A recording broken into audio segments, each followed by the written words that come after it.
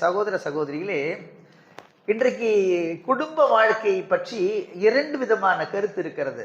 ஒன்று மேற்கத்திய கருத்து, இரண்டாவது கிழக்கத்திய கருத்து. இது ரெண்டையும் தெரிந்து கொண்டால்தான் இஸ்லாம் என்ன சொல்லுகிறது, இஸ்லாம் என்ன ஒரு அற்புதமான ஒரு தீர்வை சொல்லுகிறது அப்படிங்கிறத நம்ம விளங்க முடியும்.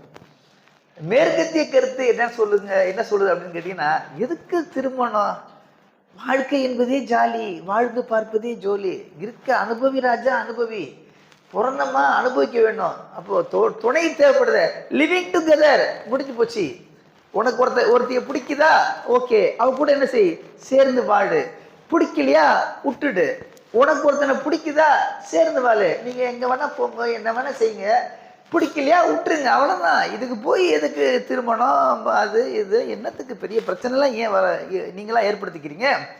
லிவிங் டுகெதர் அப்படின்னு மேற்கத்தியம் சொல்லுகிறது. ஆனால் இன்றைக்கு அது எவ்வளவு பெரிய படிதோல்வி அடைந்திருக்கிறது அப்படிங்கிறத சமுதாயத்தில் இன்றைக்கு பார்த்து கொண்டிருக்கிறோம்.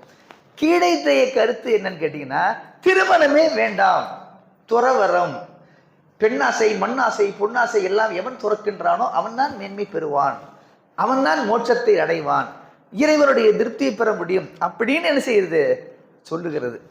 இந்த ரெண்டு கருத்தையும் பின்பற்றக்கூடியவர்கள் உலகத்திலே கோடான கோடி பேர் இருக்கிறாங்க. ஒன்று ரெண்டு இல்லை.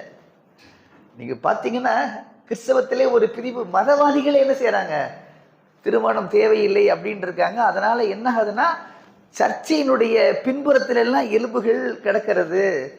பாலியல் வன்புணர்வுக்கு உள்ளாக்கப்பட்ட பெண்களுடைய குழந்தைகளுடைய எலும்புகள் கிடக்கிறது அப்படிங்கிறதெல்லாம் தகவல் கொண்டிருப்பதை நீங்கள் பார்க்கின்றீர்கள்.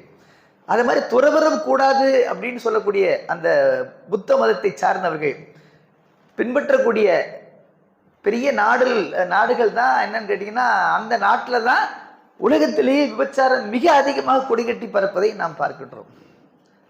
இஸ்லாம் என்ன சொல்லுதுன்னா, ரெண்டுக்கு இடையில நடுநிலையான ஒரு வாழ்க்கை முறையை சொல்கிறது.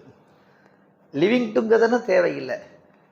வாழ்க்கையை நீ துறந்து விட வேண்டும் அப்படிங்கிறதுல நிக்கா முடியுங்கள், திருமணம் முடியுங்கள். திருமணம் முடித்து விட்டு அதன் மூலமாக நீங்கள் இறைவனுடைய அன்பை